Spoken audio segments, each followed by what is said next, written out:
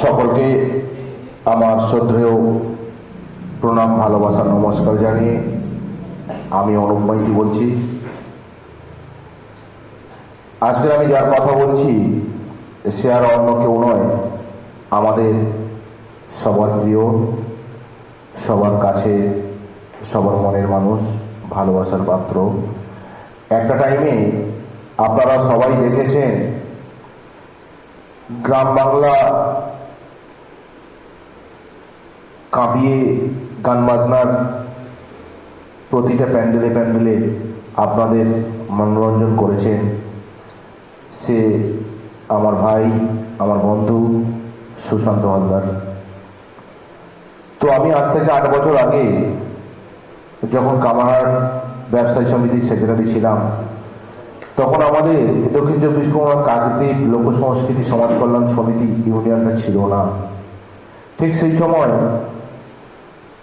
এই গাজন দলের কোনো কিছু হলে কামারহাটে আমাকে জানাতো। তো তখন এদের কিছু সমস্যা নিয়ে আমাকে জানায় এবং এদের সেই সমস্যাগুলো আমি সমাধান করতাম। তারপর এই সুশান্ত হালদার আমাকে এই দল করার জন্য বলে। সেই থেকে সুশান্তর সঙ্গে আমার পরিচয়টা দীর্ঘদিনের। কিন্তু এই গাজন দলের আমি যে মালিক হয়েছি, এই মালিক হিসাবে সুশান্ত হালদারই আমাকে বিষয়টা বলে এবং মালিক হিসাবে আমি যে শিল্পীদের সেইভাবে চিনতাম না, ও নিজে দায়িত্ব নিয়ে আমাকে সঙ্গে নিয়ে দলটা প্রথমে অনেক পরিশ্রম করে, ও এবং নিগম নাইয়া, হয়তো সে নেই, তো নেই বলতে মানে আমার দলে নেই, কিন্তু এরা দুজন অনেক পরিশ্রম করে, কয়েকজন আছেই, আমার ভাই বিশু, রবেন বলে একজন ছিল।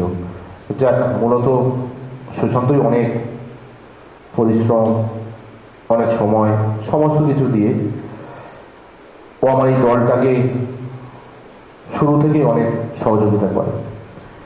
আজকে আমি আপনাদের সবাইকে বলবো, আপনারা ওর দীর্ঘায়ু কামনা করবেন, ও যাতে ভালো থাকে, সুস্থ থাকে। ও গান বাজনা করতো, আপনারা সবাই চিনতেন, কিন্তু ওর একটা শারীরিক সমস্যার জন্য, কিডনির সমস্যার জন্য ডাক্তারবাবু বলেছেন রাত জাগা যাবে না, তাই ও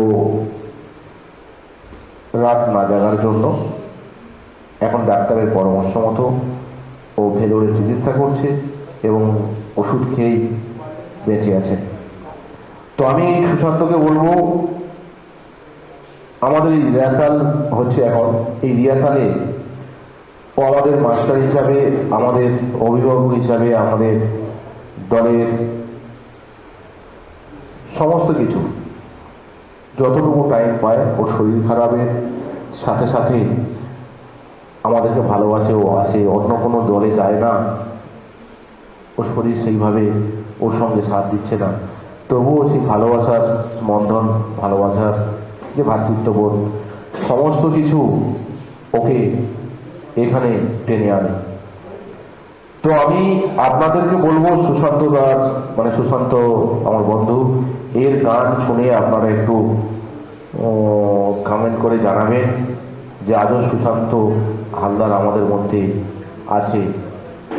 তো আমি সুশান্ত হালদারকে বলবো যে ভাই, তুমি এসে তুমি একটা গান, সুন্দর গান পরিবেশন করো, যেটা তোমার যারা অভিনয়ে দেখার জন্য অনেক আগ্রহ করে বসে থাকতো প্রতি বছর, এখন তো সেই তোমার যারা গান বাজনা ভালোবাসতো তারা এখন সেই মঞ্চে দেখা পায়নি, কিন্তু নাট্যধারা রিহার্সাল রুম থেকে তুমি 1-2 গান করো, যাতে সেই তোমার যারা ভালোবাসে তারা যেন মোবাইলে, ইউটিউবের মাধ্যমে তোমার গান বাজনা দেখে তারা তোমাকে আশীর্বাদ, তোমাকে স্নেহ, ভালোবাসা, মমতায় তারা যেন তোমাকে কাছে রাখতে পারে।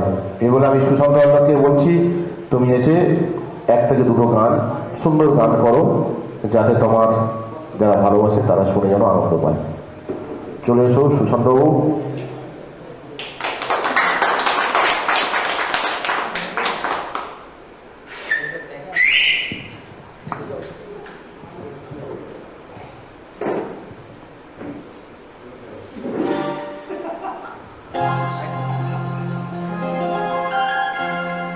হ্যালো, আজকের আমার বন্ধু আমাকে নিয়ে এসছে এখানে, আমাকে খুব ভালোবাসে বলে আজকের আমি এই জায়গাটা এসেছি। ওর কথা মতো এসেছি, তাই যে ওর কথা মতো আমি একটা গান গেয়ে আপনাদের শোনাবো।